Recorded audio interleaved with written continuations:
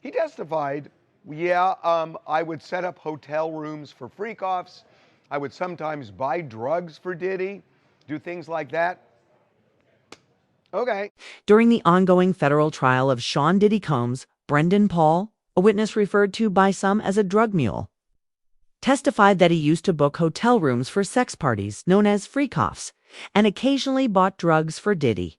However, legal experts questioned what any of that has to do with the charge of racketeering. While buying drugs is illegal, it doesn't automatically make someone part of a racketeering operation, which typically involves structured, organized crime, such as using a business to cover up illegal activities. Many believe Diddy's behavior, although questionable, seems chaotic rather than organized, which doesn't fit the classic definition of racketeering. Some even described him as a disorganized criminal rather than someone running a criminal enterprise. The trial could wrap up soon, while the defense initially planned to take 2 weeks to present their case. It now seems they'll only need 1 or 2 days, starting early next week. The prosecution is expected to finish on Monday, with closing arguments likely on Wednesday. The jury could begin deliberations by Friday, right before the July 4th holiday.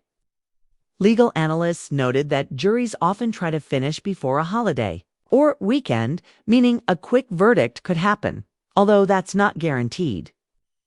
Brendan Paul's testimony might have unintentionally helped the defense. When asked during cross-examination if he saw signs that a woman known as Jane was coerced into participating in Freakoffs, he said no. Since the prosecution called him as a witness, this contradiction may weaken their case. It also raises the question of whether the prosecution made a strategic mistake by having Paul testify, as his answers did more to support the defense's argument that the alleged victims acted with consent. There are 3 main legal issues the jury must decide on: racketeering, coercion, consent, and the Mann Act, which relates to transporting individuals across state lines for prostitution. The most direct and serious claim involves Cassie, who alleges that during a flight from France, Diddy showed her a sex video and threatened to release it unless she agreed to do another. Freakoff in New York. If the jury believes this account, it could be a clear example of coercion. But aside from this, the prosecution hasn't shown much direct proof of forced participation.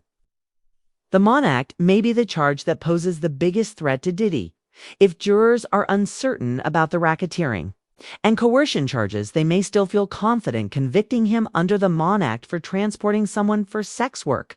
It's possible that jurors will engage in what's called horse trading during deliberations, negotiating and compromising to reach a verdict, especially if they want to avoid a mistrial after weeks of testimony. The sudden shortening of the defense's case may suggest a calculated move. Instead of dragging it out, they might feel they've already created enough doubt. Presenting a brief and confident case could send a message to jurors that the prosecution hasn't proven its arguments strongly enough. It also spares jurors from sitting through another 2 weeks of testimony, something they may appreciate. In summary, the trial is entering a critical phase. Unless something unexpected happens, a verdict in the case of United States v. Sean Combs could be reached as early as next week.